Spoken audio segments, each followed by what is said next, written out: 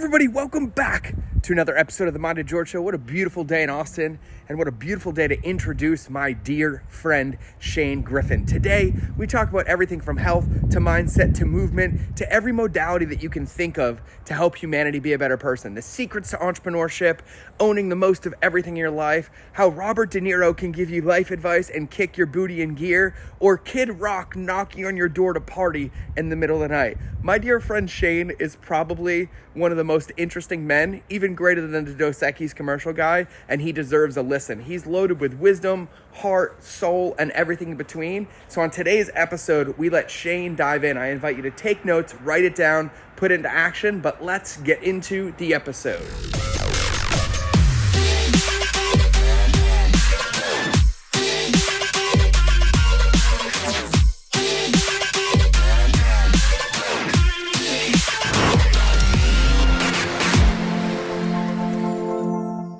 I don't even know how to start today's episode, from literally the secrets to entrepreneurship to owning the most popular nightclub in Toronto, to then becoming a celebrity coach, to having Rober DeNiro give you life-changing advice that changed your entire trajectory, to having Kid Rock knock on your door to party with you, and using all of that to change the world is just a little bit of what we got into on today's episode with my buddy Shane from Vitamin Patch Club.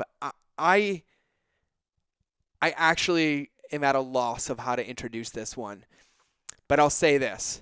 When Rober DeNiro says to you, you know, I tell stories for a living, but I could never tell yours because it doesn't have a happy ending. That basically sums up this entire episode, how to shift it and how to do something with it. So I'm going to just shut up there. I'm going to cue the intro and let's get into the episode.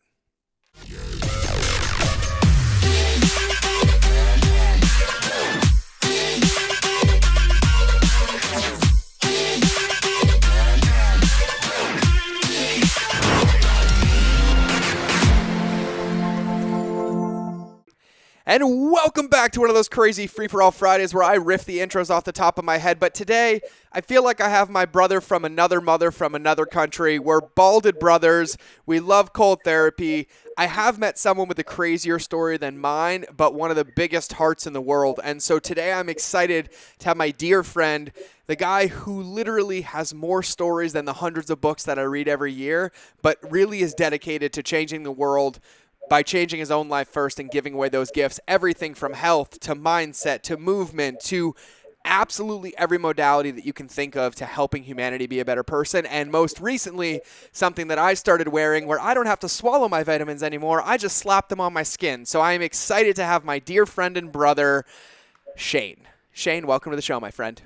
My friend, it's good to see you, dude. It's always good to see you. I always good to see you. I'm afraid to come visit you up in the north because I control my ice bath, but you got other variables up there, and I know we'd get in. Yeah, and I know we would get there. Now we're gonna talk about that for sure, but absolutely. I do gotta set context, and you know, this is one of the most important questions I ask, and it's something that I feel like you have an entire multitude of generational experience with, given the industries you've been in, from the nightclub industry to the health industry to running a clinic and a physical business and everything in between. And so my question that I ask everybody is, when you look back, when you reflect on where you came from, what was one of the biggest mistakes that you made in business? What's the lesson that you learned, and how do you carry that forward now where you are looking back on the past? Easiest question for me. Impatience. Yes. The biggest mistake I've made is impatience. I am a fast thinker, a fast talker, a fast mover. I love fast. I hate fast. I get angry fast. I get joyous fast. Everything is fast with me. Even rehab was fast for me. Like 30 days out. Okay, new career. Let's go. It wasn't a year-long kumbaya, you know. So impatience, hands down, 100%. And anything that I've done that I've failed on, I've gone too fast or expected too much too soon for too little initiative, too little input. And so patience is what I've had to learn over the years, which is still a challenge every day. Yeah. And how have I implemented that? You know, I walk away from a lot of stuff now. Yeah. So I've learned, we talked a little bit about cold therapy and a little bit about mindset and motive, like you just mentioned that in the intro. What I've learned the most is, for me, I need to distance myself from the issue at hand to get perspective on the issue, because the issue that I usually see that has to get done, fixed, is one step in the process. And I actually learned that in school, by the way, because when I went to school to become a certified nutritional practitioner, our mantra is treat the whole person, not just the symptoms, which means there's a myriad of issues. There's a pathology of issues. It's not the headache. That's the symptom. That's the problem that you're feeling, but what's causing that headache? Well, we got to do the pathology of it all the way down. It could be liver, kidney distress. It could be 100 things. It could be stress. It could be anxiety. It could be gut, digestive imbalance. It could be bacterial imbalance. It could be 1,000 things. We have to do the pathology of it. So for me, patience, 100%. Impatient has always left me in a bad place. And then to process that now, it's 100%. Step away. Get out of the micro for a minute, look at the macro. Is that the only problem? Is that a descendant of a problem? Is it a systemic problem? Is it relating to other issues? And then, just get back in and work. Yeah. It's funny is that I didn't mean to interrupt you, but I think it's this conversation I've probably had 100 times in the last week alone. And, you and I have had very similar pasts and experiences in life. And I feel like a lot of looking back at where I struggled, or where it felt like I was stuck, or where it just felt so hard and heavy, is I just never simply removed myself from the bottle to look at the label, right? I was trying to fix it from within it. And, when you talk about patience, the two things that I keep hearing that I really give my success credit to is space and patience. And it's something that I think is so prevalent. And just to give everybody some context, like, I want you to talk about where that lesson comes from, because, for those of you listening, Shane runs vitaminpatchclub.com now, which is something I'm involved with. I help Shane, I believe in all of it. But the path that you got here started with nightclubs and being like one of the top guys in the world, and being nutritionists and, mindset coach and life coach and all these different things, but have all been born out of your experience with addiction and struggle and all of those things. And so, when you say patience, like, I really want everybody to hear patience, because you've been taking a path for a long time to get to that lesson. So can you give everybody like a quick overview in whatever depth you want of like how you got here? Yeah, well, I'll start, at the scratch, man. Scratch the itch, right? My parents, they're awesome human beings. They're entrepreneurs, provided a middle of the way, upper class. I don't know what category I sit into. My parents were entrepreneurs. They did well. I had a car at 16. I guess I'm privileged, right? They earned everything. Nothing was handed to them. They set my brother and I up for success. There's no doubt, with more, I would say, actionable tools than just steering us with wealth. My dad had us working in the warehouse at 13, 12 actually, sweeping floors, then forklift operator. And then as we got a little older, we went into the office and we worked as an assistant to the purchaser. And then we worked in accounting, and we worked in receivables and payables. And I worked the reception desk for a summer. I was a receptionist, and that was like probably 15 or 16 when all my friends were like, starting to be barbacks and working in what we thought were the cool businesses, the late night stuff. I was working 9 to 5 in the summers. And then after schools, my mom would drive us to the office. We'd get done school around 2:45, and I'd work till 6. And it wasn't hard. I love my family. My brother was there all the time. So that's kind of just the simple basics of like where I come from. I'm Canadian. Yep. So, for the followers and viewers that don't know, we're not much different, as much as, and it is colder here, but only seasonally. But, an entrepreneurial middle of the road family that was extremely tight. Like our dinner, we used to call my dad's company Caligo our third brother, right? Because it was a family member. Like at dinner, we didn't talk about, how was your day? It's like, did you see what so-and-so did at the job site in Toledo, Ohio today? Like, geez, Murphy, like, I can't believe that happened, And so that was our family dynamic. So I was brought up in business, which is the best lesson. I could have gone to pick your Harvard finishing school or business school. I wouldn't have learned 1/10 of what I learned working with real people in real scenarios and real problem solving. I worked in paint shops. Our family business was automotive sector. We did quality control in assembly plants and a lot of cleaning and production line maintenance. So we were in charge of the quality of the paint jobs on all the Chrysler, Ford, GM, Audi, Porsche, several different BMW, South Carolina. globally. And I worked in Detroit, Michigan for a long time, and I did sales all across the U.S., and I was a Southeast Business Development representative at a time when I was in college. And I got to work along hardworking, real working people. So this is labor. This is not, it wasn't an office tower. It wasn't like I went in a suit. Whenever I was working a shutdown, we go in for 2 weeks and we clean 2 million square feet of space, and it's 4 stories tall. And we have to wipe every surface and clean every surface, horizontals, verticals, every robotic mechanism, water blast all the grates, clean all the sleuthways, deep clean, wet and dry clean every single oven, which are 700 feet long, and there's 6 of them. And you do that with a shop vac, and you do that with a rack. So this is labor intensive. So we're not dealing with probably some of the smartest people I met, but not what society deems smart. They didn't wear a suit and tie and didn't go to Wharton Finishing Business School. But they all came up in the ranks. And I'm fortunate that in that business, my dad was an extremely good boss.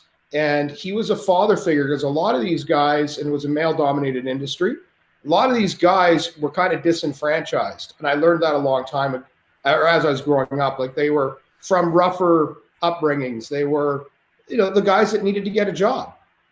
That's it. Like, they were on the road for 6 months of the year. Like, that's not usually somebody's choice.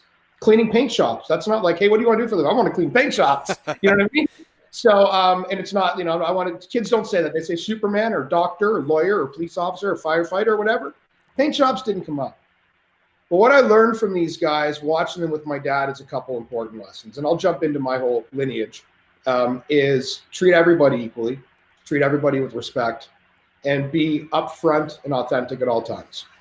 And that is what I saw with my dad. And these guys became kind of a subsect of a family to us. Like, my brother, who bought my dad's business outright about 8 years ago, from my dad. My dad's retired now. And his right-hand guy started with my dad at 18. The CFO started with my dad when he was 23. Most of the senior management started on the floor. They moved up in the business. So you don't see that in a lot of companies now. So we go to the patience thing. That's my first category of patience. Is I'm going to look at the global of this, the macro. These guys that started with my dad didn't jump at every opportunity, didn't go to every other company, I'll give you $5,000 more a year to come work here. They were patient because they had value in what they were doing and who they were working for. And we don't see that a lot in our industry today. People jump for nonsense. People don't stick it out. They don't work through the rough times, which means they lose the ability to learn how to solve problems and manage crisis. And that's a big factor. So I've learned a ton just from 12 to 21 working for my dad, right? And then being able to observe that business grow as my brother has taken it from what it was doing to what it's doing now, which is an extremely international, global. He's, I believe, the second largest industrial services company in the country, or at least in definitely in Canada. Maybe in the world that isn't a publicly owned and operated company. We're still private. He's still a private business. So what he has done is exceptional. And I've also learned from him. He started at 12. He's 47. Right? He could have cashed out, sold out. He's got offers. I'm sure he's got an exit strategy in his books, but he also is stuck with things. So patience is also kind of sticking with it, right? We have to acknowledge that. And then my next phase is, and this is kind of, I like telling this story because my brother and I are extremely close. I was already in the nightclub scene a little bit. I was a little bit of a playboy, right? And I don't mean playboy like that way. I mean, I was out. I liked the social life. My brother was more of an introvert. I'm an extrovert. And at about, we're allowed to drink at 19 here in Canada. So, and 18 in Montreal, but 19 here. So about 19, 20, I started going downtown Toronto to these clubs. And that's like, I mean, when you're that age, it's like a whole different world, right? It's like you're going into Gotham, right? If you're from a suburb, the city's so big to you. I mean, now it seems like it's a fish tank to me whenever I look at it now because I've traveled the world. But at the time, it was like, oh my God, there's so many places to go. And I loved it, man. And I used to throw, all through high school, parties that I just did because I love throwing parties. I like being the center of attention, to be truthful. And the kid that threw the biggest house party was the center of attention on Monday at school. you know? So I used to throw them in my dad's warehouse actually, and we literally had funny story. My dad was on his way to Boston for a meeting, and he saw a flyer on a light post for a warehouse party that was a BYOB, that was basically a rave. We had scaffolding set up in the warehouse. So my dad would take off on Friday afternoon. Friday night, I would have friends come in, set up the warehouse with scaffolding, 100,000 square foot warehouse, or at least 80,000. Scaffolding in all the corners. We went to local strip clubs and hired the strippers, but not to strip, to be go-go dancers. And they would come in and dance on the scaffolding. Then we would set up an 18-wheeler truck. We'd back it in. We'd put a band up or a DJ up. And then I had a unsavory motorcycle club do security for me. I won't drop any names, but the big one, okay, Support 81 is what a lot of people will know it for. They would come in and do security for us, and people would show up. They would check their booze at a bar that we set up, and which was actually made out of an inverted swing stage. We would put their beer behind, their liquor behind, then we'd give them tickets, and they'd come back with their tickets. And we had these parties. It was $10 guys, $7 girls, and we used to put 2,000 people in this space, 2,000, 3,000 people.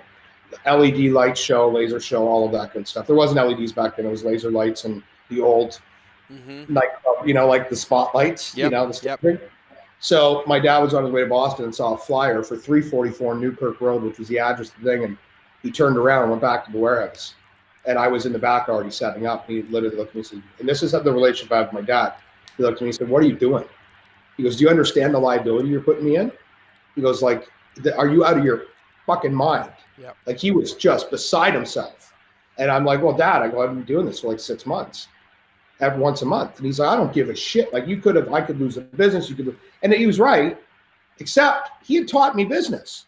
Mm-hmm. So what he didn't know is I said, "Well, Dad, this is happening tomorrow. Like, you call the cops, I guess, but you're going to have 2,000 people on the street." Yep. And he said, "Well, there's only one way we can figure this out." He said, "Like, do you have a party permit, a fire permit? Do you have insurance? Like, if you don't have any of these things, it's getting shut down." And he didn't expect me to have it. Yep. And I did. I had the fire department come in and do a fire inspection for occupancy for private venue parties, right? So we had a license for a party permit for that night. And I had sub insurance on the building that separated my dad under a, I forget the name of the company now. I think it was Better Days Productions, might have been Better Days. But we had an insurance policy that had us like $3 million liability. Mm-hmm. So he looked at all the paperwork. He's like, "Well, Jesus, like, you little prick," Yeah. So I threw that party. That was the last one though. And that kind of got me into things. So as I fast forward, I was already in that scene a little bit. I started going to nightclubs, and I really loved it. And I remember sitting down with my brother, my dad was starting a sipper business, which is the business of today. And I had a piece of it, my brother had a piece of it, and my dad had a piece of it. And it was all of ours, but Clint and him were partners, but I was involved. And I remember looking at my brother saying, like, I don't like this. Yep. And he's, "What do you mean?" And he's like, "You're making more money than a 30-year-old. Like, you have a life path here. Are you an idiot?" I'm like, I don't think I want to do this anymore. I think I'm going to go open a nightclub." And he looked at me, he's like, "You're out of your mind.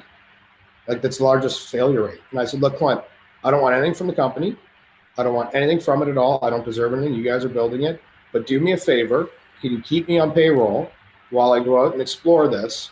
And because I don't want any value for leaving the business as kind of an owner or whatever, will you back my play with Dad whenever I need to figure out the finance?" Yep. And he made me do it. He did a handshake deal with my brother. He's like, "I got your back, bro. You're my little brother. Whatever you want to do. I think you're an idiot, but go ahead and do it." So I went out, and the story of how I got my first nightclub, I was a VIP host at a place in Toronto, which means I was nothing. Basically, I would fill their VIP and I would get free booze, but I was treated like an owner, and I was introduced around town as an owner. And it was a place called Casino Lounge, and people thought I owned a piece of it, and that gave me, at 19, 20 years old, clout, right? Like, I was a big shot. I was an owner of a club, and I wasn't. But there was, I don't know if you remember the movie, I think it was called Drive, and it had Sylvester Stallone in it. Yeah, they filmed it there, right? Yeah. They filmed the closing scene there, and I wasn't aware of that as I brought down my 2 limo buses full of people for the night. So I had 40 people coming into the VIP on my name, and I pull up, and Jesse, who was a legitimate owner and a friend of mine, who introduced me to the space and brought me in as a host, whatever. He looked at me and he's like, "What are you doing here?" I'm like, "I got my guests for the night." "What do you mean? What am I doing here?" And he said, "Shane," he goes, "We're closing. It's private. We're filming a movie." And I said, and then he joked me, he's like, "Do you want to meet Sylvester Stallone?" I'm like, yeah, I do. Forget the people for a minute. I do. So I went over and said hi, and that was neat. He said, "Look, go to this club. It's called Inside. There's a guy at the front door. He's still a friend of mine, by the way. His name's Blake." He goes, "Tell Blake that you're one of the owners here, and tell him that you'd like him to comp all of your 40 guests, and we'll do a deal with them. Their staff can come over and drink. We'll pay them a check at the end of the week, whatever. Just run a tab and we'll take care of it. Handshake." Dude, this happens at clubs all the time. Staff get taken care of back and forth. You don't keep tabs. So I will roll up with this limo bus, and I get out all sauntered up like, I think I'm like some big shot. And I walk up, and "You Blake?" And he's like, "Yeah." And you understand, I'm 5'5", and I didn't have any of this, and I'm a little scrawny kid. And Blake's, 6'2", looks like John Cena. Yep. You know what I mean? And he really is that good looking of a guy, and a sweetheart of a guy too. And he turns and he goes, "Yeah, what can I do for you?" I'm like, "Hey, Blake, I'm Shane. I'm the owner of one of the owners of Casino Lounge. Can I slide in?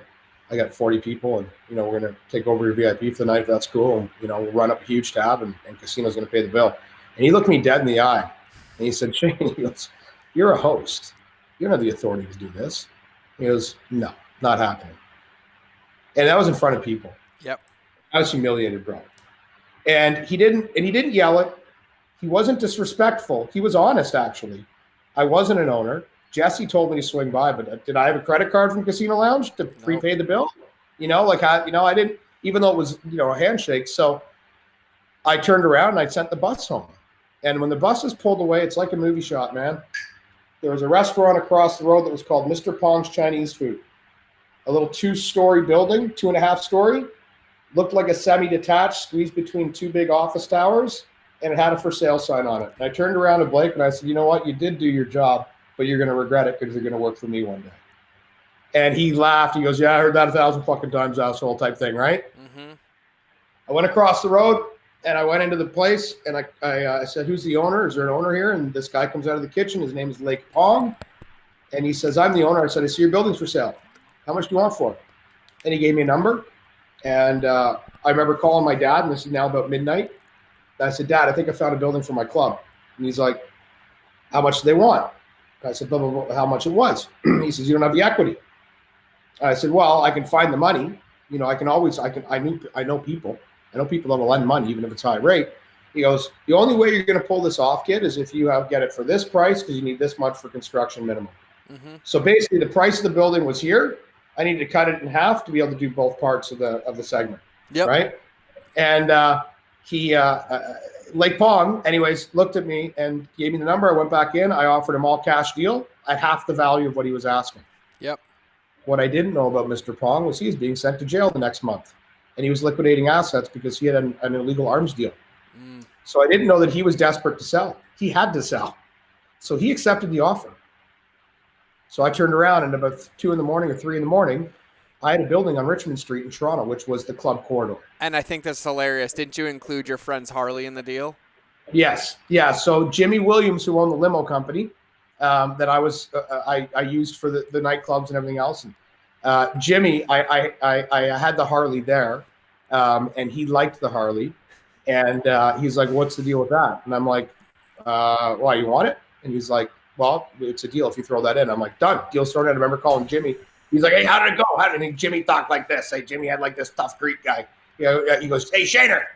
He actually used to call me Tagger, and I won't explain why, because it's derogatory. He goes, "Hey, Tagger, how'd it go? And I'm like, "Went good, buddy. I got the building." He goes, "It's fucking great. You're going to own a fucking club. That's beautiful." And I said, "Bad news. I owe you a Harley." And I hung up the phone.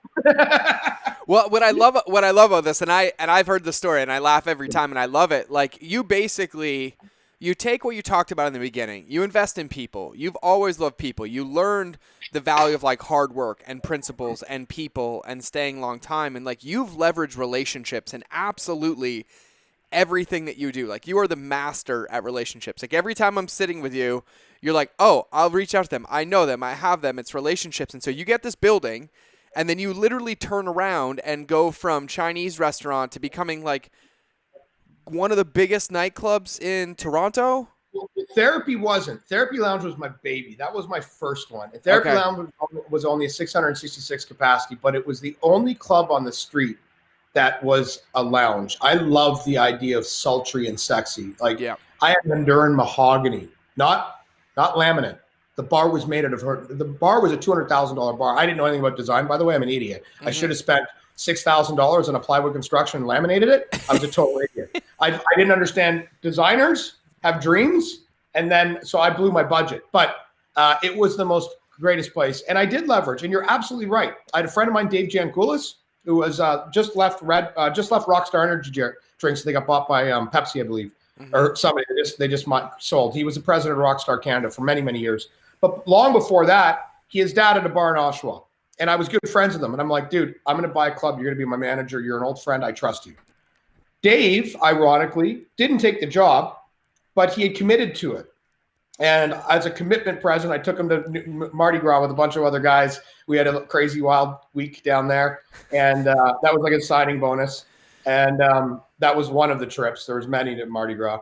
That was my Vegas. You can keep Vegas. Mardi Gras was Vegas. Gamble with your life, not with your money, I used to say. So anyways, Dave came back and was like, Shane, I don't know if I really want to take the job. I think I scared him maybe in Mardi Gras. I'm not sure. He saw some sides of me he probably hadn't seen. And but he did find me another amazing guy in Craig and Adrian, and he brought two other people. So an old friend, not just an applicant, couldn't come through, but didn't leave the space empty. Right. Yep. And then I had a great team. So Therapy Lounge was by far my proudest thing. And then from that, I had Money Nightclub, which was the largest nightclub next to RPM, which was Charles Caboth, which became the Government, which was 4 clubs in one space. And I think they did about 15,000 people a night. We did 8,000. So in Toronto, we were the second largest club. But I was the only person that owned my properties. That was the big difference. Yeah. So I leveraged by buying properties around me, and then I reconverted them, or else I took over other. Money Nightclub existed before me. I can't say I created it. I don't want to take credit for it. Money Nightclub was another person's club, and I acquired it through a certain way. I won't discuss that here because it's not the right way to talk about things. But I got it through a little nefarious method, shall we say. But I ended up getting it, and I wanted it. And I did it because I didn't like the guy that owned it, by the way. Yeah. I wouldn't do that to a good person. But so fast forwarding, because I don't want to take up all of our time on that. Nightclubs, I end up having them. And what I didn't know, and I'm going to be real honest with your audience, because I don't want to blow this story up as, oh, wow, what a cool life. I didn't know that I was miserable. Yeah. That's the sad part, George, is I had developed somewhere along the line, probably in my early adolescence, a self-esteem, self-worth issue.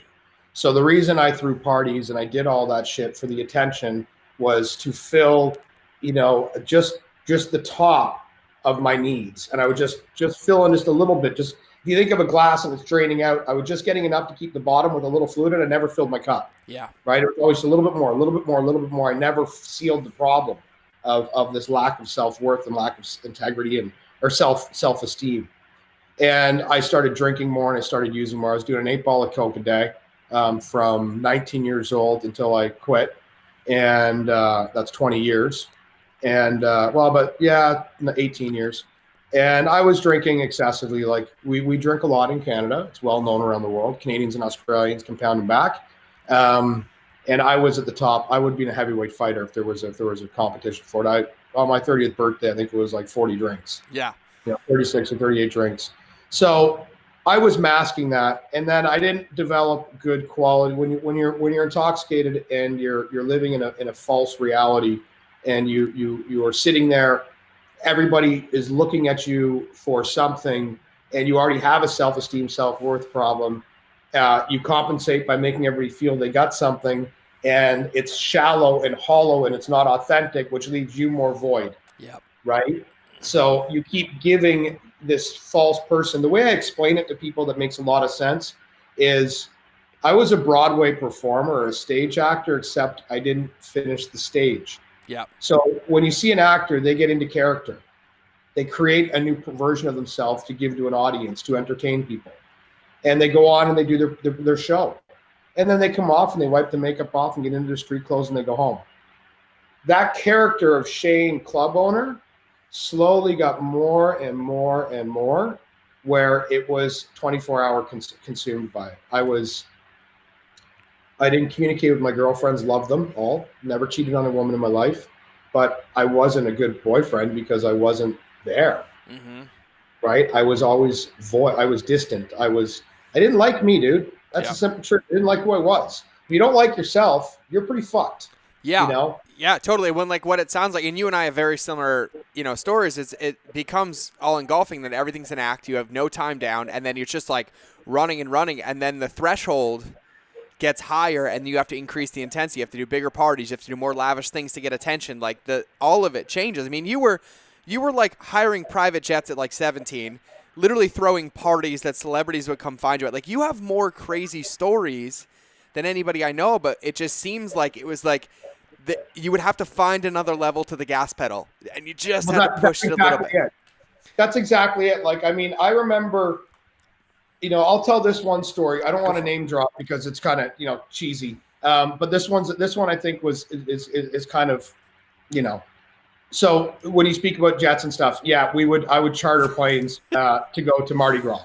Yeah. Right. Like, I would take my whole staff. I'd be like I'm having a good party myself at my club, and I love Mardi Gras. And I'm like, guys, let's go to Mardi Gras. Fuck it, close the club. Right. And like literally take the whole team down. And it was the top floor of the Ritz-Carlton. And we had the top floor of the Ritz-Carlton in New Orleans. I don't know if it still is like this, but when you get to the governor's suite and the chairman's suite, which are like the credentials, right? The elevator goes up, and there's a door on one side and a door on the other. It's the whole side of the floor, right? So you got one side, or you get one side. You're overlooking the park, or you're overlooking downtown New Orleans, or the river, or downtown New Orleans. And at the very end of these rooms, there's a little balcony that overlooks an end pool that you share, a rooftop pool that's got like a bar thing. Mm-hmm. Brought everybody down, and we're having a bang up time. And I wanted to throw the biggest party in this hotel, right? So and it's Mardi Gras, they let anything go. So I went down to the front desk. First thing I did is when my guests all got down, I'm like, all right, guys. And I had friends on lower floors that were staying in actual rooms. I won't give the hotel tab, but it was extremely large. I remember calling my brother saying, I maxed the card again. He goes, you did that yesterday. I go, there's a check in my desk drawer. Can you drop it at the bank and pay it? So my credit card clears up, and we're talking like a $20,000 limit. Yeah. So like 20 grand a day, right? Taking care of everybody. And my brother was like, you're out of your fucking mind. You're an idiot. Like, what are you doing? And I'm like, having a good Mardi Gras, So I was down there. So I said to all my friends, as soon as I get down, I'm like, and my team members, I'm like, all right, everybody give me your watches. They're like, why? I'm like, give me your watches. Went the safe deposit box in the room, threw the watch. They go, why are you doing that? I said, because time doesn't exist here. You drink till you pass out. You wake back up. You drink, you pass out. That's your time. There is no 12-hour clock here. Yep. You might wake up at 3 a.m. from passing out at 6 p.m. the night before, and you start. You'll find one of us. One of us will be out there. Yep. Find us. Call us. Right? And so there's this great thing. And then the next thing that happened is I went down to the front desk, and I got 200 room key cards. And I went up to all my friends, and I said, every girl that raises her blouse, give her a key to the key to the hotel, and tell her there's a party here Saturday night at 8 p.m. I hired a jazz band, hired bartenders, had the whole place set up at 8 p.m. 800 people on that deck patio. Band playing, tequila, rye, Jägermeister, a friggin' bender, right? Like, I literally stood on the balcony that overlooked the pool off the bedroom. I've told you this part. Yep. And I went, this is fucking biblical. Yep. Because it was the unknown party in Mardi Gras.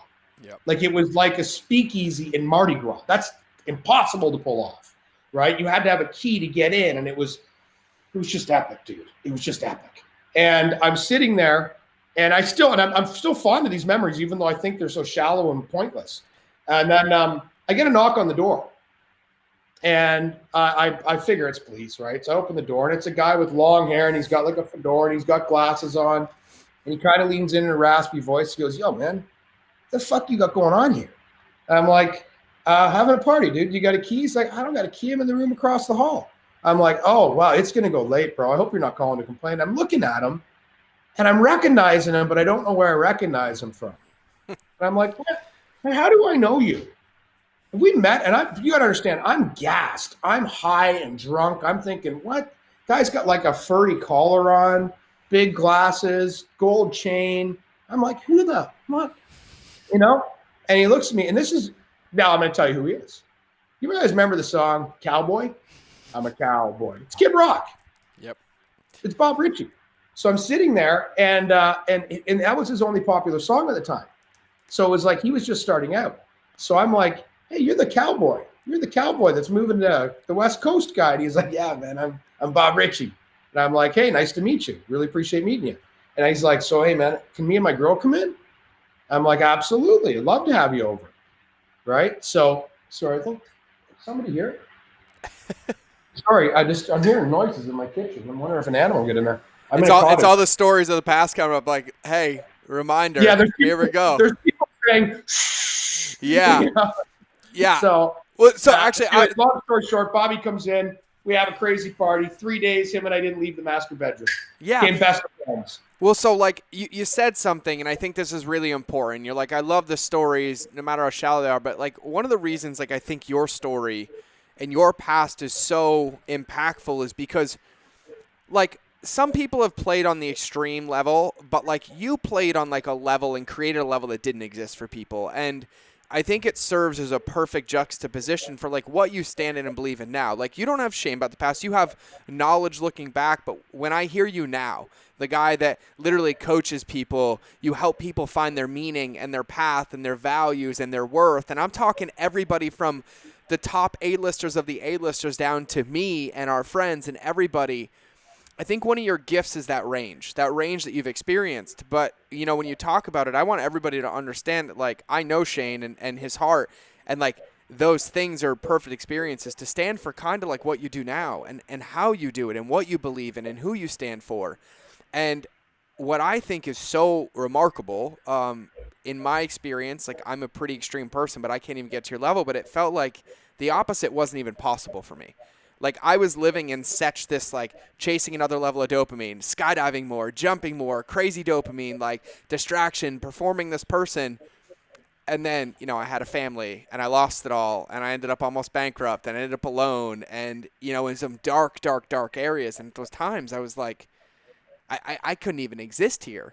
And I imagine, you know, when you were like the nightclub things exploded, all this is going, you got to a point where you felt that inside. You're like, this isn't it. Like I'm empty. There's nothing there. I call it the tears after the beers. Yeah. I've talked with this when I sold all my nightclubs. So that's the funny story, Kid Rock. We're good with all my partying. Everybody gets the idea. Yeah. Right? Yeah. And then I sold my nightclubs at 35, I guess. And I had built this idea and this character for so long that once that was gone, I had no idea who I was. Yep. Right. And I didn't have the access. And all of a sudden, by the way, people didn't give a shit. Yeah. Right. Because I had personal access because I had colleagues, but all of a sudden I was living in my really nice home in suburb Ontario with the boat downtown. And this person, I didn't know who the fuck I was, dude. And then I hung around this unsavory group up there, and it was just, you know, local pub, drink till last call, come back to my house, do blow till 4. Horrible existence. And for 2 years I was depressed, not knowing it. But I call it the tears after the beers because eventually the party always ends. Yeah. And whatever, and this is the same with anything your followers, your viewers, anybody is listening to. If you push away your issues, you're just giving them a bigger levee to break onto you. You're building another issue onto the issue, onto the issue, onto the issue.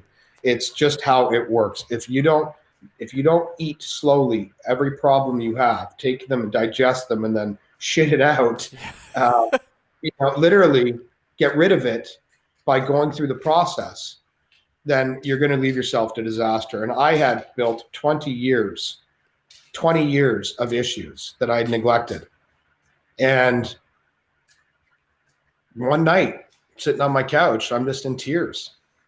Everybody had gone. My house smelled the cigarettes and booze, and I couldn't sleep because I'd been up for 2 days on coke, and the house was a mess. And I looked around. I remember it vividly, man. I was sitting on my couch and I'm just bawling, and like, I think CSI Miami was on TV or something, one of the late night A&E shows, or Law and Order SVU on USA Networks or whatever. And I was just like looking at TV mindlessly, zombie, stupid. I couldn't make meetings. Nobody really cared. I had a girlfriend who was passed out upstairs, high as a kite too. And it was just fucking horrible. And that wasn't enough because, as you know, I went through that for 2 years, every Friday, Saturday, Sunday, Monday night, because I used every day almost. So it's the same cycle. So what happens is you sit there in your fog, feeling like shit, and then you wake up the next day and the fog's still there. You don't feel like shit because the physical crap takes over, where your body is decimated from the abuse you did. And the only way to heal that abuse is to go use again. So you do. And then by the end of the night, you remember that you feel like shit mentally because you've used all these drugs that open up that portal in the brain that after everybody's gone, it goes, oh yeah, I am a piece of shit. And it compounds. And then you feel worse. You do more worse. You do more worse. And you do more worse. And you do more worse. And then my story of revelation was in Greece when I was 37. I'd broken up. Maybe give the summary of this one. Yeah, give the summary of this. And this one's a powerful story, but I think the summary of this one's a really good one. Long story short, I landed in Greece with a girl that I wanted to date and I wanted to impress her. So I took her to Greece and I showed up like Shane Griffin in those days showed up. Douchebag schmuck. Loafers, suit, Gucci glasses, whatever you want to say, right? Just picture your biggest kind of Miami-looking douchebag. Did you have alligator shoes too? No, they were Gucci loafies. Gucci loafers. But Continue. I did have gators. I did have gators. Not for Greece. Continue. I am so uncultured. I would show up in hoodies and board shorts. So continue. Yeah, well, I do now. I got dressed up for you. I put on a long sleeve with no logo. I'm wearing flip flops. So anyways, I got there, and the one thing that this girl said to me, and she was quite an angel, and I mean that with all sincerity. She said, Shane, I know that you drink, I know that you have fun. Please don't drink and drive in the village where my family's at. Like, it's very simple. And she wasn't staying even in my hotel. She wanted no image that we were together. She's like, you're my friend. You're here as my friend. I'm giving you a tour. And I took her on the trip. That's a given. But she made it clear that this was not a quid pro quo. You know what I mean? It wasn't. That she's like, I appreciate your kindness and I'll have a great time and I'll show you the best parts of Greece. And that's what you're getting for this. You're getting a private tour guide. I expected more because I was a douchebag and thought women were acquired, and they were acquired through impressing them through money. So that's where I was at that time in my life. Anyways, second night there, I'd rented a AMG. What the hell did I rent? Mercedes GT. Yeah. And I left drunk. I'll give the short version. I left drunk. I wrote the car off. I broke my nose, fractured my orbital, fractured 3 ribs. This side of my face was mangled, and I was coughing up blood, and it was not good. And the next morning, she kicked in the door of the hotel and was like, "What the fuck happened? Like, the car's wrecked." Yeah. And I'm like, and I don't know why I said this, but I was still drunk and probably in shock. And I said, I got carjacked by Albanians. And she laughed a little, kind of, because knowing me, I'm from a dead sleep, stuck to a pillow with blood on my face. And she's like, "You're such an asshole. Like, you're like, Shane, I watched you wreck the car. The club is an outdoor club. You drove around the back of the club and put it off the road where the whole club could see. Like, we saw the headlights go bing, bing, bing off the road, and then back up onto a service road." So long and short, she on that trip said, "I'm out. I think you're a great guy, Shane. I'm not invested enough into this. I'm not putting myself at risk, and I'm leaving. I'm not taking the rest. I'm going to stay with my family. Yep. I'll get myself home." course, I said, you're a bitch. You're fucking use me for a first class ticket or a private jet or whoever the hell we got there, and blah, blah, blah, blah, blah, and all that other shit. And I remember leaving after I said all those things to her, and I felt just like shit, dude. I'm like, that's not you, man. Yeah. That's not you. You're not that guy. You're not that guy. But I was that guy. I didn't want to be that guy, but I was that guy. Yeah. So I spent a week by myself kind of healing at this salt lake water thing that I found. And then I went on to Mykonos and Santorini. And when I was in Mykonos, the short version is, I'll back this up a little bit. We know I was in the nightclub business. I was involved in film festivals. I met a lot of celebrities. Okay, guys? One celebrity particularly told me how to call him if I ever saw him again. I never expected to see this celebrity ever again in my life, because when do you run into this guy, right? Yep. And I'm in the hotel room and I hear this voice. Now you understand these were villas that were staggered, and each one went out where there was a bush and then a hot tub. Yep. And then a bush and then a hot tub, and they all looked over the sea. And I'm sitting in the hot tub, and I hear this voice. It sounds awfully familiar. I think we're gonna do it's like this talk, kind of like, hey, I'm like, fuck, I know that voice. So I go, Bobby, and I hear, hey, who's that? All right. So I go, Bobby, it's Shane Griffin. He goes, come on the hallway. I don't know who you are. Right. So for the folks that don't know, Rober DeNiro goes by Bobby if you're his friend. Yep. So I come out in the hallway and I'm like, Bobby, it's Shane. He looks at me and goes, I don't fucking know you. All right. And I'm like, it's Toronto. You did the film festival party. You opened the club, or you opened your media at the thing. He goes, hey, what movie was that? And I told him the movie. I forget it now. I think it was the Meet the Fockers or something like that. Anyways, he's like, hey, he goes, oh, the Purple Club. The Purple Club. I'm like, yeah, the Purple Club. Oh, yeah. How you doing? Oh, geez, you look banged up. Type thing. And I'm like, yeah, I'm banged up a little bit. I said, what are you doing for dinner? He goes, oh, I'm just going to go out. He's by himself. I'm by myself. We went to dinner. And at dinner, this is when the epiphany happened. I'm a big fan of celebrities. I don't like that everybody shits on them, because I know a lot of them and they're just as human as you and I. Yeah. And you have an opinion and I have an opinion, and they're allowed to have an opinion. No, they're not. They're less unattached. They're actually more dialed into the issues than most of the people I know. Yep. On the defense, because they deal with a whole different category of issues. And I know that intimately. That's why I won't speak anymore on that. But I have a lot of respect. I'm always fascinated with people that have excelled in a career that millions of other people are excelling. I want to know the best firefighter in the world too, by the way. Yep. Who's the best? How did you get better than everyone in business, in spiritual advice, everything? When somebody is the elite, the best UFC fighter, whoever's holding the belt, what separates you? Yep. Right? That fascinates me. So actors and musicians do. We're at dinner, and he literally looked at me and goes, so what happened? I said, this girl, I took her out, and, I took her here, and then I wrecked the car, and and blah, blah, blah, blah, and she's a bitch, and this and that. He's like, I don't know. She's a fucking bitch. I don't know if I'd say that. He was like, you fucking wrecked the car, Shane. And I said, well, and so anyways, he goes, Shane, and this was the most poignant thing was ever said to me, and I actually have permission to say this.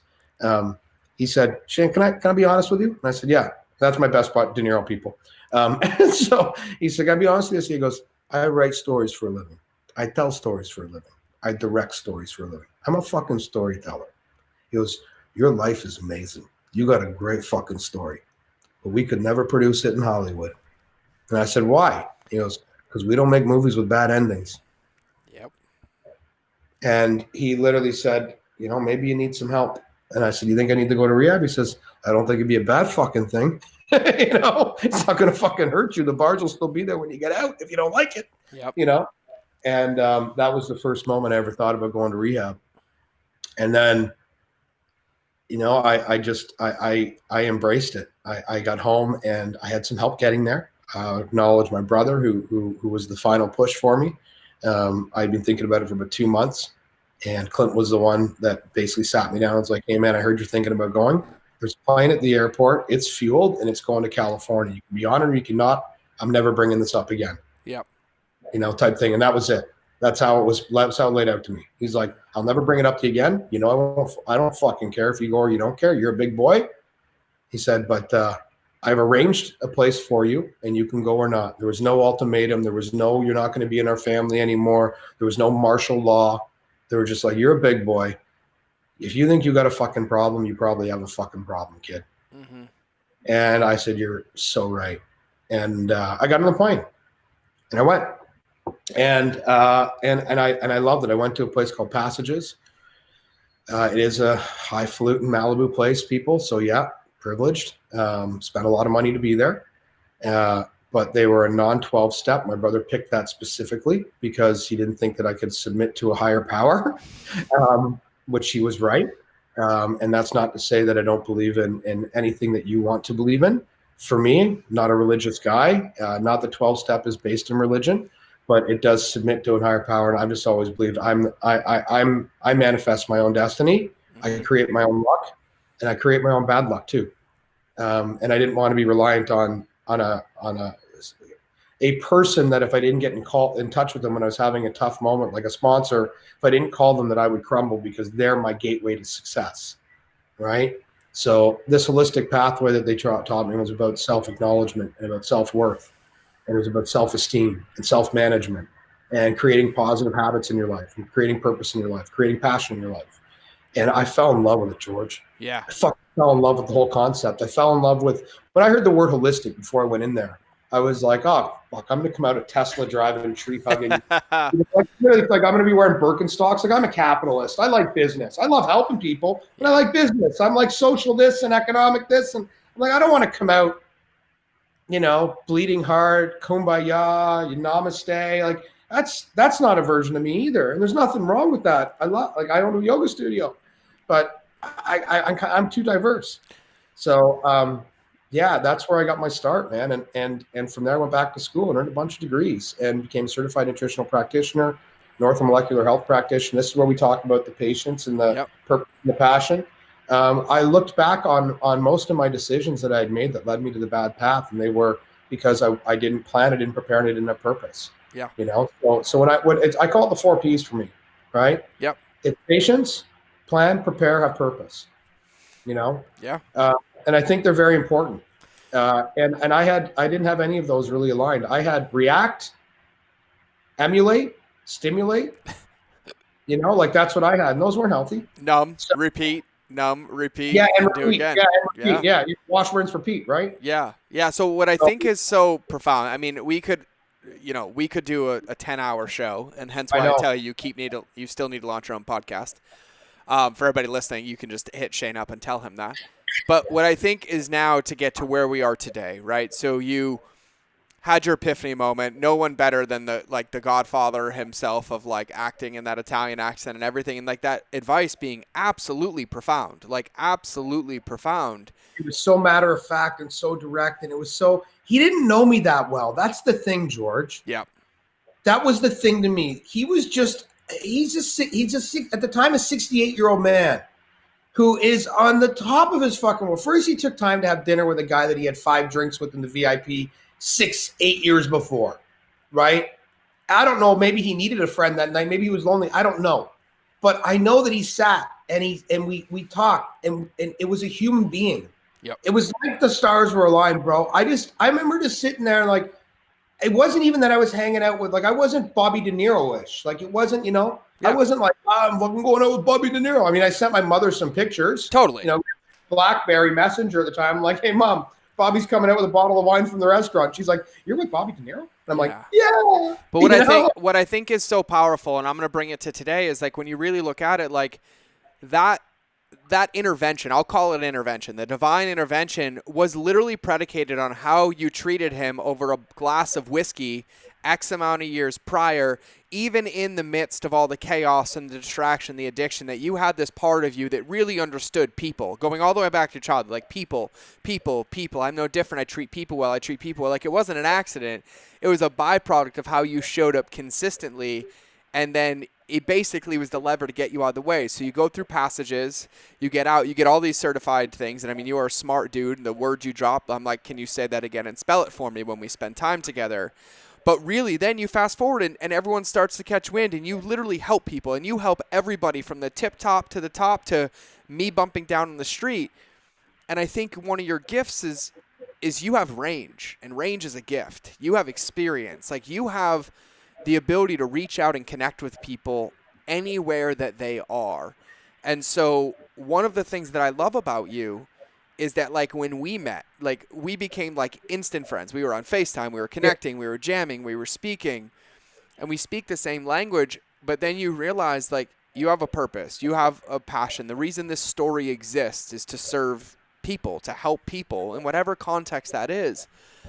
And then what I love is you take that tenacity that's a gift, that ability to be resilient and determined and you know, like make it through this stuff and apply it to people. And these lessons that you've learned, you know, I hear you say things, I hear you drop things that are like profound wisdom and nuggets, but I watch you and I pay attention to you and I work with you and I'm in your world. And like one of the things that I will tell you is that every single person that I see come into contact with you feels important. They feel seen, they feel heard, they feel respected. They feel like a person. And that being your secret. And so when I got to meet you and I heard about what you were up to and how we could work together and how I could support you, I was like, this guy gets people. Like he's guaranteed to succeed. He understands that it's patience, it's the long game, it's people. But my question for you is like, there's a lot of entrepreneurs that play this game and a lot of us bury ourselves in entrepreneurship, right? That becomes our thing. That becomes our value. That becomes our worth, the results that we create, how hard we can hustle, what we post pictures with. And so when you think about this, like now, being where you are now and looking at all of what you experienced to get here, what's the hardest part of being here and remaining like, I'm worthy, I'm worth doing this, having the patience, sticking the course with consistency and persistence, but you know, on a lot of the simple things that help you elevate where you are in your life, like how do you go about that every day? Like what does your day look like? What do you focus on? You know, you run this company, vitaminpatchclub.com. You help people with life coaching and nutrition coaching and mindset coaching. And it's like, so what do you focus on? Like now with all of that history, 30 years, like what is so important every day to do now? So I have one goal, one fixed goal in life. And I decided this whenever I was in school and I got my certified life coaching certificate or my coactive life coaching certification. I want to help people. I genuinely like the reward that I get. I'm still a drug addict. Mm-hmm. And the drug that I prefer is the dopamine rush that I get when somebody feels better because I exist. Mm-hmm. And that's 100% true. Now I'm not wealthy enough to live in a utopia where I can just give away everything and just go help people. I also am a capitalist and I also want to have a nice life myself. Mm-hmm. So I have to build something. I have to build something that has enough value that allows me to do what I want to do in the long run. My goal was always to build the company to a certain size that I would be able to step away as the leadership, still be involved, the face, and very active, and run Vitamin Patch Charity, which would be a foundation that would hand out basically $1 million a month. That's my first goal that I had whenever I started building the company. Stepping back before that, I learned I'm good at this. Mm-hmm.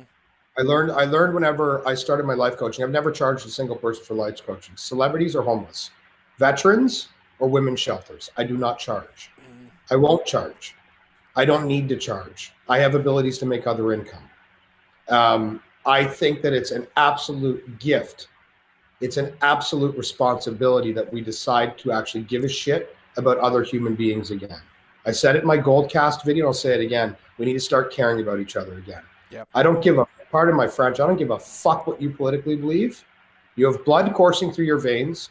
You have aggression, you have sadness, you have sympathy, you have empathy, you have hurt, you have trauma, you have guilt, and you have shame, the same as fucking me. Yep.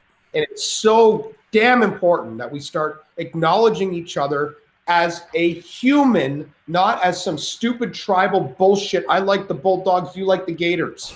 Like, it's such fucking nonsense. Yeah. And I'm a fan of sports. You know what I mean? Yeah. But like this asylums we put each other in, I'm pro this, I'm anti this, I'm this, it's fucking nonsense. What do we really want to do? Yeah. We want to exist, we want to feel good, and we want to not be in harm's way. And that's not that complicated. Mm-hmm. And what I realized really quickly along the way is I live by one word. To answer your question, my day looks like, how do I manage? Very quickly, I do not go to bed unless I'm going to sleep easy that night. And I last week didn't. I'm a man of my word. I was up for 48 hours because I had shit going on that I hadn't worked through. Mm-hmm. I did not go to bed. I will not put my head on my pillow until I am assured that I did everything in my power to make it okay, to make things equivalent, to make them flattened, right? So I live by, you probably heard of the My Intent bracelets. I got this bracelet. Well, this is a new one because my last one literally just wore out. Yep. I had it for 8 years, but it says truth on it. I believe 100% authentic truth. Be who you are. Be proud of who you are, even in the shining moments that suck. Okay? We're all fuck-ups trying to figure it out. Not one of us has a clue what's going to happen next. And quite frankly, not all of us have learned enough from our past. Right? So give your assurance and allowance for yourself to make mistakes. It's going to happen. But you need to really, when I say truth, it's such a simple thing and a complex thing. I had a client last week. She called me, and I actually knew her as a child, as an infant. They lived in a neighborhood near me, and she's followed me on Facebook. She goes, Shane, I need some help right now, and I see that you offer. Can you put me in touch with a life coach? And I said, well, I'm a life coach. I said, I'll help you out. I got an opening next Thursday. So to give you, I'll go into the schedule thing. But long story short, I didn't tell her anything she didn't know, bro. Yeah. I didn't help her. I allowed her to help herself. It's a very simple thing. You know what is wrong right now. I am telling you 100%. If you look in the mirror and you wonder why something didn't work, it didn't go your way, you fucking know why. Now, it might be this shit over here that you have no control over. Mm-hmm. COVID, put your restaurant out of business. I get it.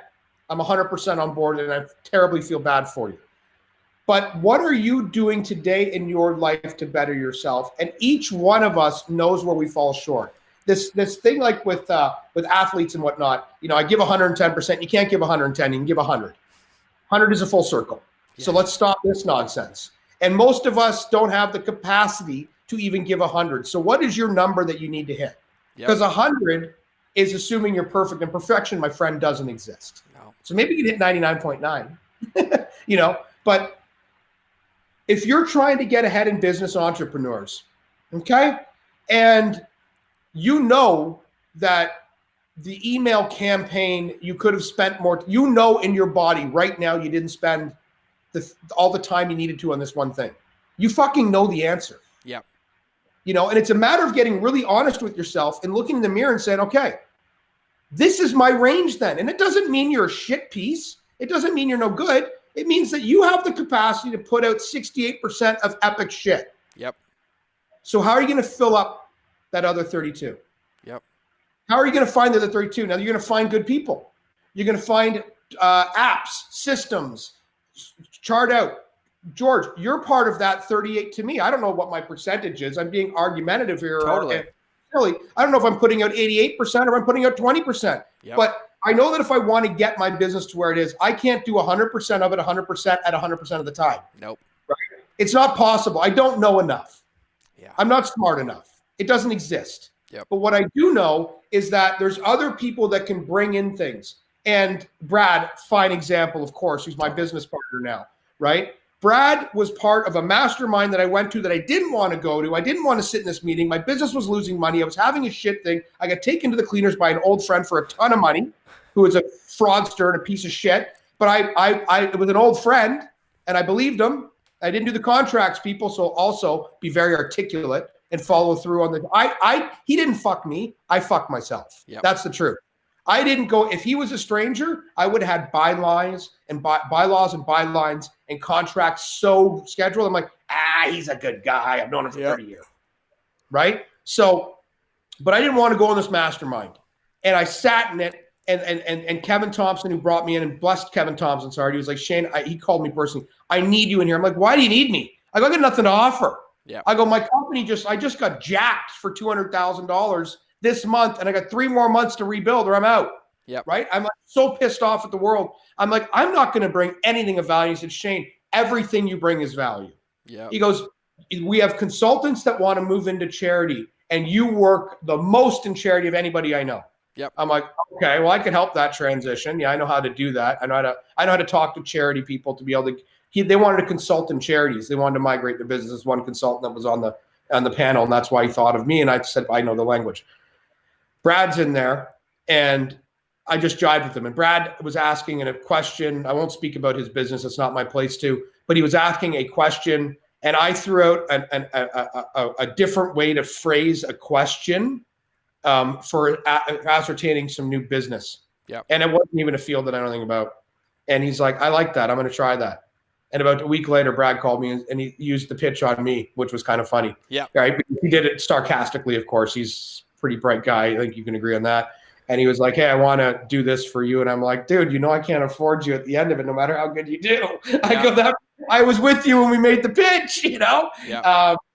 But I met with him and he did what he said he was going to do. And I found that piece, that whatever it's 10, 15, 20, 30%, whatever it is that fills in the gaps. And he introduced me to you. And the other thing that I'll say really quickly to your crew here, you can't lose trust.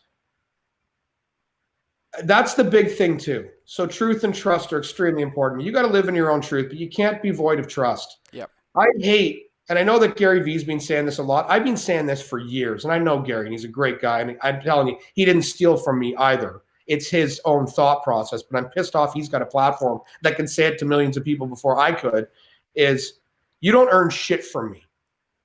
Your trust is yours. George, I met you once. I trust you emphatically. It's yours. Mm-hmm. What you do with it is up to you. Yep. And if I get burned by you and I trust you again, then I'm an idiot. Yep. Okay. But I give it. You don't earn shit from me. I have zero expectations. Mm-hmm. Zero. I don't expect a goddamn thing from anybody because I will show up. I will show up on time. I'll show up with authenticity and truth.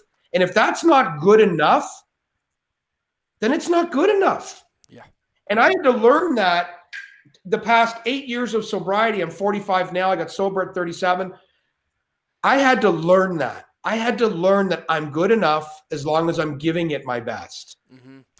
And if you're honest with yourself and you're authentic with yourself and you give yourself, you got to be hard on yourself. I am the worst fucking critic. I shot content 2 weeks ago under your advisement. Shane needs you to shoot new content. They sent me everything. I think it's dog shit.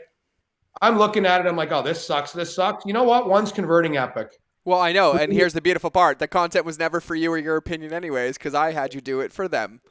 Well, yeah. That's I'm looking at what I'm doing and I'm like, oh man, I don't like the way that shirt fits and blah, blah, blah, blah. Yeah. But I didn't like the way I spoke in a couple things because like I'm like this. I'm a flow guy, right? Yeah. What I go on for an hour. Yeah, what I love about you, and I have to interrupt you so I can wrap some paper around this. What I love about you is there's no filter between your brain and the world. So that means there's no filter between your heart, your brain, and the world. And so we get all of Shane, but like what I love about this, earlier you talked about having the space, right? Like being an authentic truth. And one of my tools for my sobriety was authentic expression all the time, regardless of like what it was. And so you and I talk a lot, and I find that my talking is my accountability measure because I'll say it, and I say it all. I'm like, oh yeah, when I did this, and when I had this, but it's just a practice, like a muscle, right? And so I want to wrap a couple things that you said and ask you another question. So, you talked about like the 100%. Jeff Spencer's a dear friend of mine, teacher, and Jeff is responsible for coaching over 100 Olympic gold medalists, 100 of them. And he taught me this beautiful word called temperance. And he's like,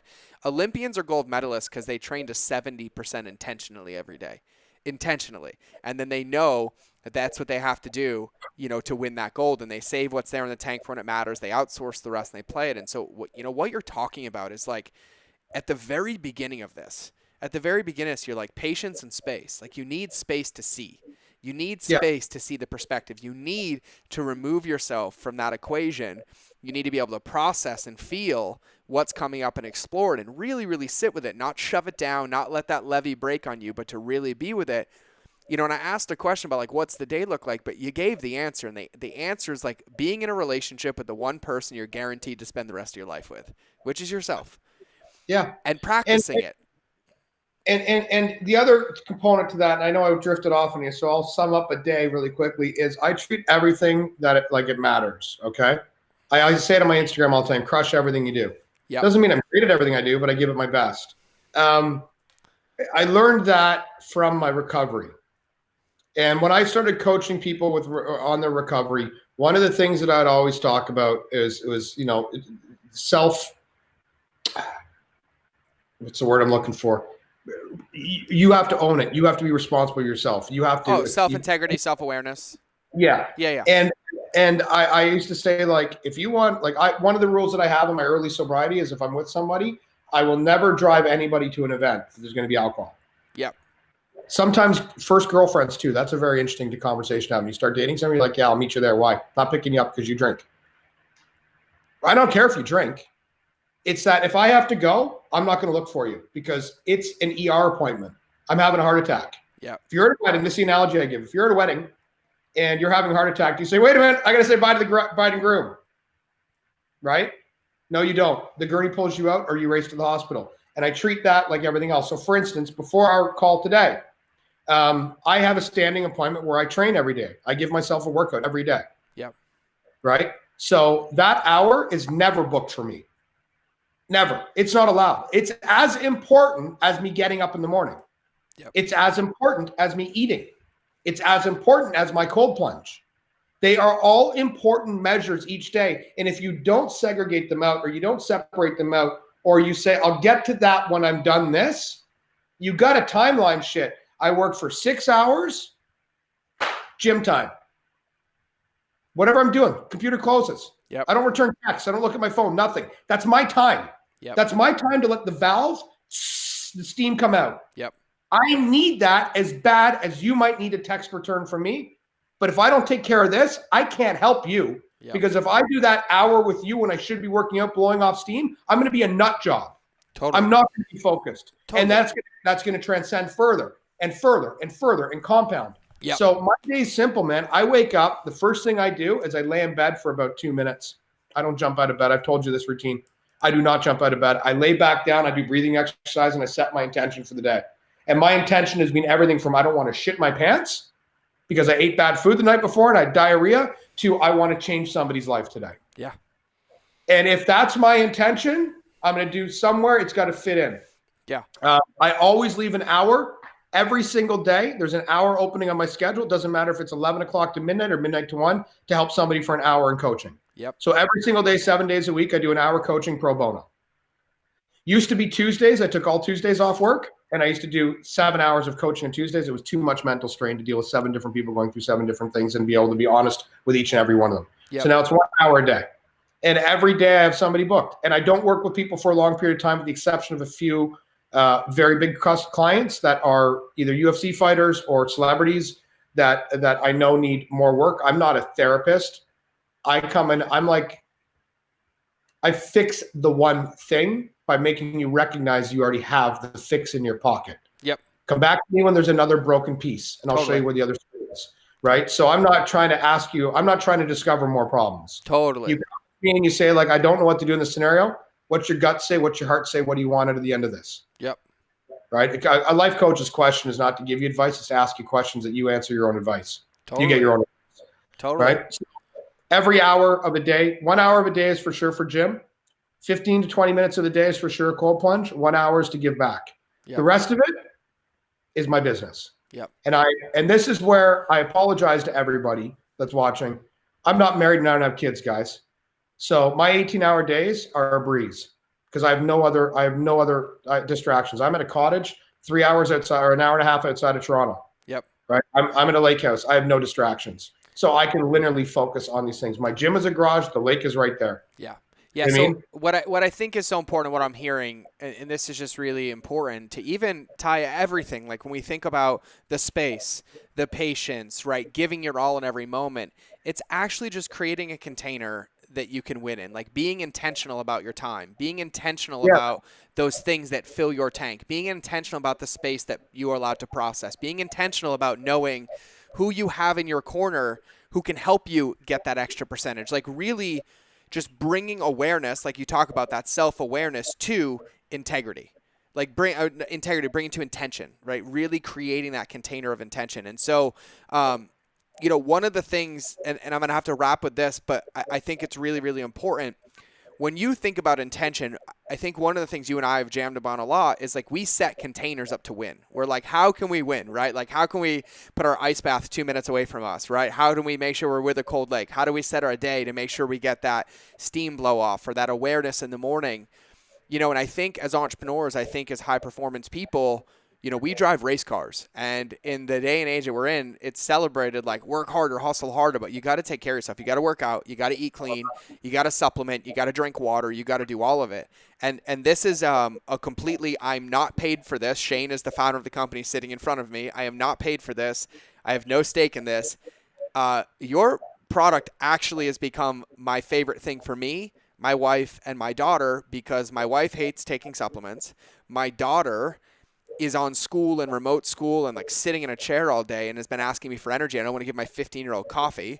And then my little 4-year-old's asking about it, but I've told everybody about this. And like literally the vitamin patches have been one of my favorite things ever, like putting on a vitamin B patch or knowing that we're all vitamin D deficient. And so I want to take a minute just to let you really talk about this, because for everybody listening, Brad is one of my dear friends. He was our 100th episode that came out a couple weeks ago. And I know Brad and Shane, and I'm helping them because I believe in what this is, but it's a really beautiful understanding. Like, can you put your hands up right now? I bet you have both on, right? Yeah, totally.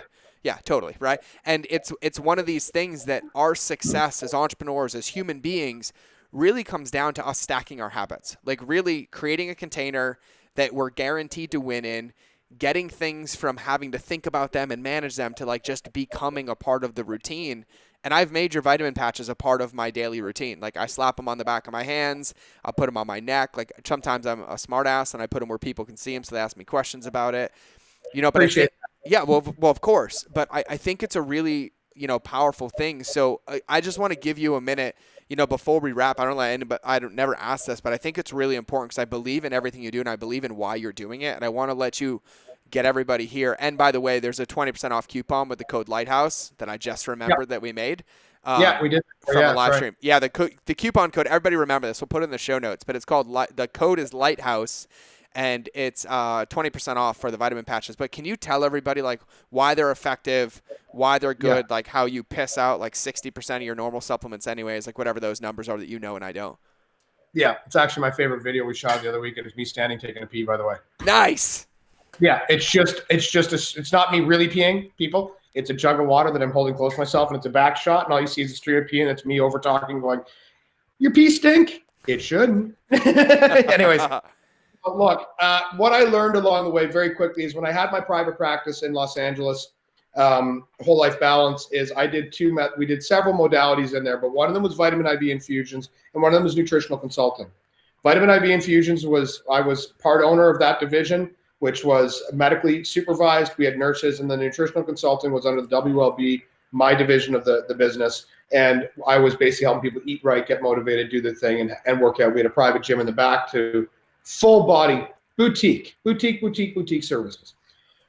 And I noticed a correlation at first when I had the clinic that people that were coming in that were changing their meal habits, but didn't have it all down yet. There's so much to learn to eat right, about your body, about how you work, about the damage that's being done to you. We got to correct what's wrong before we start, really seeing benefits from it. So part of their routine or their protocols was that we would give them supplements, right? We would say, here's the best brands on the market. And I have a special membership to get ones that aren't even sold retail, guys. So I was getting the best. Like, they didn't look pretty. They didn't, like, they were horse pills or they were whatever, but they were the top's quality. And they weren't even retail available. Special for practitioners. And we had our vitamin drips. The vitamin drips customers would come in once a week, spend $150 to $180 to $250 for a custom drip that I would procure and make. That's one of my degrees. It's orthomolecular health practitioner. So I know how to chelate different nutrients together to make you your best. And I was noticing that the vitamin drip people, the IV people, were balanced out within a month of a drip a week, but they had spent $600, which doesn't seem like a big investment to me, in all honesty. For your health, it seems like a nothing, but it is when people are living paycheck to paycheck. Mm-hmm. And most of us are. I still am, no matter what y'all think about the stories of the clubs. I pissed through a lot of that money, and I've invested a ton starting new businesses. So I am broke as a joke when I'm starting all this stuff, right? So, I mean, I had my fun. So I'm sitting there and I'm watching these people do great that have money. And it's the good old story. The people that didn't have it were still suffering. And the supplements they're taking, I wasn't seeing improvements. So I got very skeptical of my clients, saying, like, you've got to be doing something wrong. I'm giving you the food plan and I'm giving you the supplement support. What are you not doing? What's the problem? And they promised, they swore, they did a food calendar, they did a food journal, they did everything. They were eating right and they weren't getting better. I remember what I learned in school. Bioavailability. Very common term in the medical pharmaceutical vision is bioavailability. And what that means is what part of the medicinal or active ingredient actually gets to the desired destination or its intended place. Yep. When we take nutrients and supplements, the intention is not to get them in our stomach or our digestive tract, our small intestine, our portal vein, or our liver. Our desired place, the end place, is our tissue, muscles, organs, brain, bones, teeth, ocular, into the systems that make us work. And they travel through our bloodstream. So when I learned bioavailability of supplements was maximum 20, which was the products I was getting that you do not have access. Well, you might, George, knowing you, but most people don't have access to because you can't buy them. You have to have a nutritional practitioner's license, or you buy the other ones at the store. Even the best with the really good labeling that they've sunk hundreds of millions of dollars in marketing is going to be 10%. So I looked at it fiscally because I'm an entrepreneur, and I was like, well, that's a terrible investment. I'm giving you 100% of my, if I went to a steakhouse and I spent $100 of steak and you brought me 10% of the steak, I would break the waiter's neck. Yep. Right. So I was like, this is horrible. Bioavailability is 10 to 20%. I looked at it purely as a funding thing. I'm like, this is ridiculous. How could I get somebody to get 100% of what they need? That's how I originally looked at it. Yep. And I was struggling with this for a while. I was thinking about dropping our vitamin drips, just doing shots, booster shots. I was thinking of all the in-the-box stuff, the tools that I had at my office. Yep. I'm like, maybe if I can get a bigger wholesale deal with the supplements, I can sell them cheaper and they can take twice as much. We can overload them. Then I learned about toxic load. Taking too much of one supplement can create an imbalance in your digestive tract and screw up your bacterial levels, screw up your pyloric sphincter, which is your gasket that opens up from your stomach into your small intestines. It can screw up your esophageal sphincter because you're taking too much. It can cause acid reflux, heart problems, or stomach problems, all kinds of shit. And I'm like, okay, well, I can't overdose them then. So I can't give them, which is, by the way, what pharmaceuticals companies do or supplement companies do. They give you 300% knowing that you're only going to get 10%, so you end up with 30%, right? But I digress on them. So I was just frustrated. And you know what? I'll be 100% honest with the audience here because I talked about authenticity. And I told you this would come out one day. I didn't expect it today. I still smoke, guys. Yep. Okay. And you don't find a picture of me online smoking. You won't find anywhere else will you ever see any recognition except a Gold Cast video from 4 years ago. I still smoke. I'm an idiot. You can DM me and tell me I'm a jerk face, whatever. I agree with you. It's a disease, and I haven't given it up yet. Shane Griffin on Facebook. Shane Griffin. Yes, Shane Griffin. Feel free to DM me. So one thing I haven't quit yet, and I've got 1,000 excuses. They're all excuses. I just haven't quit. That's the simple truth. But I was planning on quitting. And I had this big plan of a date, and I set it in my calendar, and this was the date, and this is going back about 4 years ago now. And I went to the store, and I wanted to get a prescription to Chantix, which is a smoking cessation pill. And it had a good bioavailability. Actually, pharmaceuticals tend to have a little bit higher than supplements, like 63%. And I said, okay, well, I'll get that. We'll figure it out. And the pharmacist who knew me said, Shane, I don't think it's a good idea for you. You know, this doesn't, people with anxiety and depression, which I suffer from both. She said, that's one of the side effects. And I would just take the C, go down that road, and they can become addictive. And I'm like, all right, no bueno, not doing it. I said, what's the best option then? And she said, just get the nicotine patches. And I'm like, but do they work? And she's like, they're the number one selling smoking cessation product in the world. And I said, how do they work though? I mean, that makes no sense to me. I was the same as everybody else that comes to our website first thought.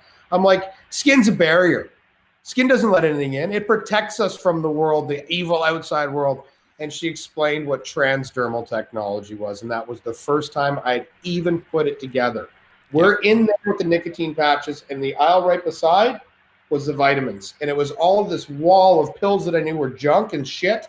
And then the nicotine patches, which were actually down here. And I looked up and I went, are you kidding me? I'm like, why are we doing that with this? Yep. And it was my epiphany. And the reason I still smoke, guys, amongst the many thousand other excuses, is I left the store to buy the nicotine patches because I had an idea. So I ran out of the store and I called my team and I'm like, hey guys, I got a new venture. I think I'm going to start. I'm going to see if we can manufacture vitamins in a patch. And the simple way that they work, guys, is very easy. So you can only see a tiny layer. Actually, you know what? I got a couple in here. So I'm going to peel it off. Well, and just so everybody knows, like, yeah, and you can explain it. It's all on the website as well. Like, the imagery is really helpful for you. So hold it this way. Yeah, there you go. It's got a little delay on the camera on my end, so I got to move it slowly. Anyways, that's it, and you'll see that it's very thin, right? And for those of you listening, Shane's holding up one of the actual patches. It's like it's like 1/5 of the width of a Band-Aid that you would put on. Like it's actually really, really thin. Very small. And so with it, in that tiny little bit though, George, is a backing layer, well, a design layer, a backing layer, the adhesion module, and then the nutrients. So there's actually 3 layers in there, right? Yeah. And they're pressed together. And so one's for design, one's for substrate, and then one's for the adhesion. And inside the adhesion on the glue side is where the nutrients are held. Yeah, and so once you put it on, it's like a time release delivery over like a span of like 4 to 6 hours, and then right?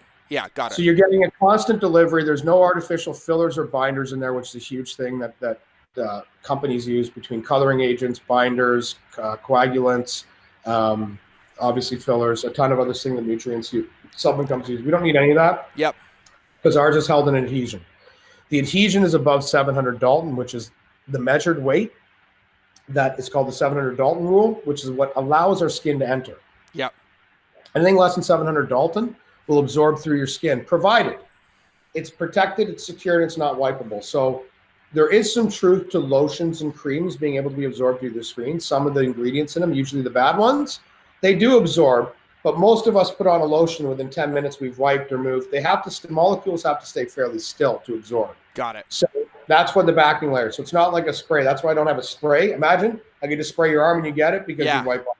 It's also the reason vitamin D takes a little bit of time whenever it molecularizes through the sun.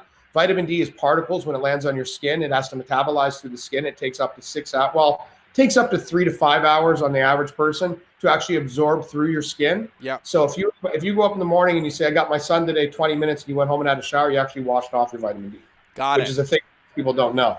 So you need it with no protection. You need it in an area that's not going to get wiped or sweaty or creamed or lotioned. I love it. So this just absorbs at a rate of 90 to 96%, depending on different scientific studies. Yep. And it's time release, no active, no fillers, non-GMO, all organic.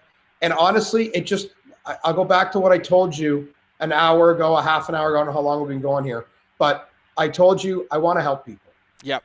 That's what I learned when I got out of rehab. I want to help people. And this was a way to help people. And I'm going to be, again, blatantly honest with your team. This isn't going to change your fucking life. Mm-hmm. Okay? Vitamin Patch Club is merely a ladder.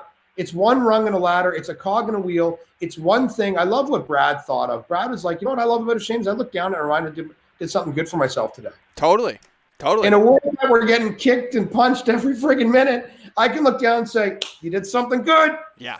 Something good. And it's good. That should motivate you to do more good, right? Totally. I'm going to hydrate better, eat better. I'm going to work out a little bit. I'm going to walk better. I'm going to think better. I'm going to release better. I'm going to be honest more. I'm going to treat people with a little more dignity. All of these things matter. And I believe 100% in my body and my bones that when I created this, I'm like, how can I get in front of people? Because this is going to sound arrogant, perhaps. I know I got a lot of shit to offer the world, bro. I want to. I'm begging to. I'm dreaming to. My dream is to actually be able to help people, right? And everywhere, in all walks of life, all over the world. And if I could do that and still afford to live, if that was a job just to help people, wow, I'd be all in, right? But you have to plan something. So I figured, let's get a company. Let's get something that helps people. Let's bring value to them. And then I'm in the kitchen. Yep. Right. And now through Vitamin Patch, we can start talking about cold plunging, the benefits of restoration. We can talk about zinc and why you need it. We can talk about keto diet, fasting diet, intermittent fasting, 1 meal a day. We can talk about kickboxing versus regular boxing.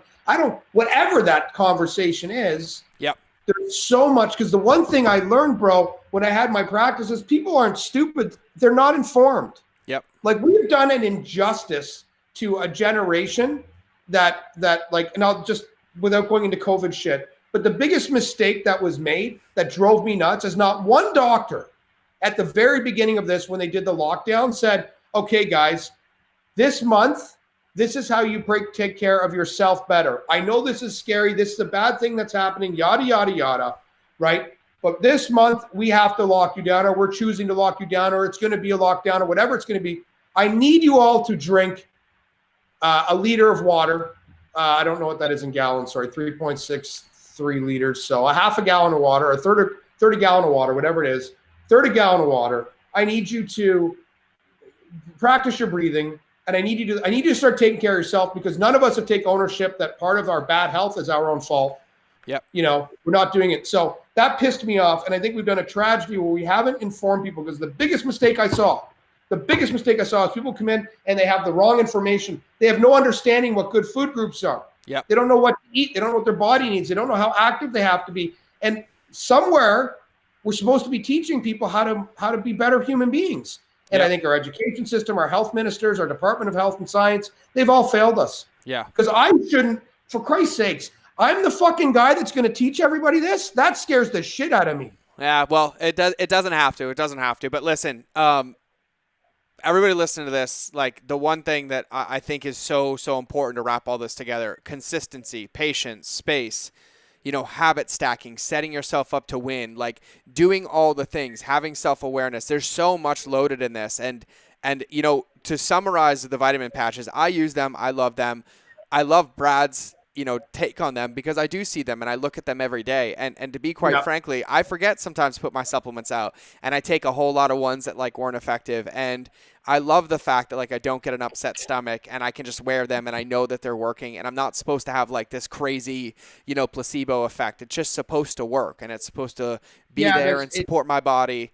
And so we're all deficient. Sorry to interrupt you, George. We're all deficient. Yeah, we all have different things. We all have some serious issues going on, and the very simple way to take care of that is take care of yourself. And what we've created is just a better method of doing so. It's a better absorption. Yep. It's less invasive than taking pills that are full of what we don't know they're full of. We're made in the USA. We're sourced in the USA. We're a little bit more expensive because we're manufactured here, guys. That's the truth. And it costs more to manufacture a patch. So if you're going to do price comparison, sure, you can buy a bucket of vitamin D pills that are made wherever the hell you want to make them. Yeah. Ours are made in the USA. And they're made by skilled laborers, and it's an FDA-approved facility. It's not made in some vat. That is one of the main reasons, by the way, some of my clients in the UFC have been kicked out of fights because they were taking creatine from a company that was also making some illicit substance, and it was left in the vat. Yeah.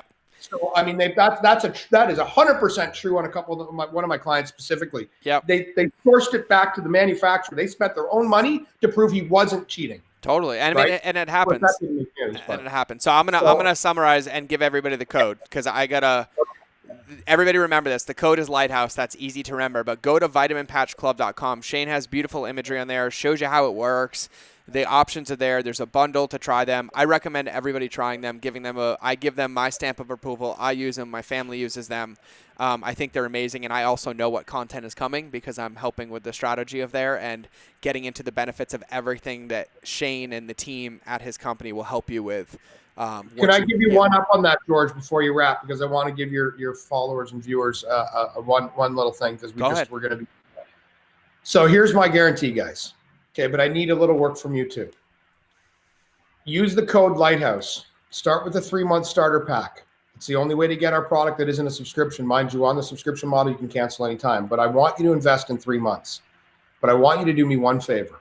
Get a blood test before, get a blood test after, and be honest and wear your patches. If you're not happy 100%, I will send you the fucking money back. Yep. Because I know 100%, I've done this challenge with my friends and family that have doubted me.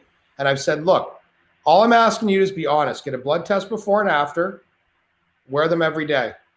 Don't skip. Don't miss. Don't forget. Don't say I missed a week. I went on vacation. They're tiny. They're small. They're this big. You can carry them in your purse. You can put them in your glove box, right? You can carry them anywhere you want.